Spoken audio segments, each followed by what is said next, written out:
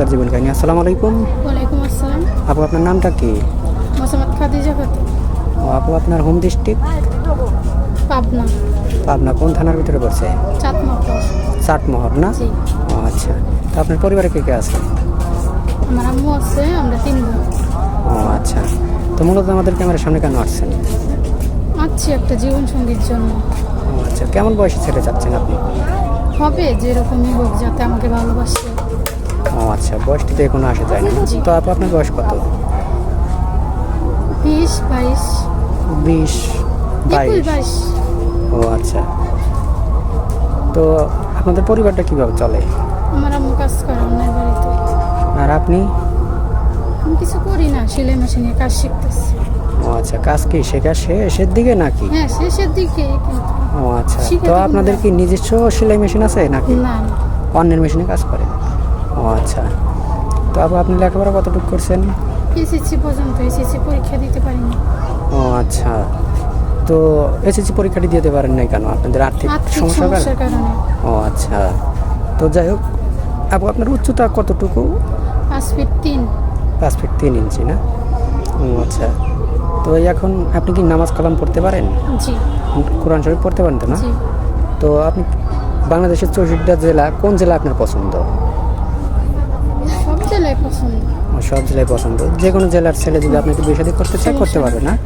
ও আচ্ছা। যদি কোনো প্রবাসী ভাই আপনার দায়িত্ব নিতে চান, আপনি কি কোনো প্রবাসী ভাইয়ের সাথে বেশি বসতে রাজি আছেন? হ্যাঁ, আমি রাজি আছি। ও আচ্ছা।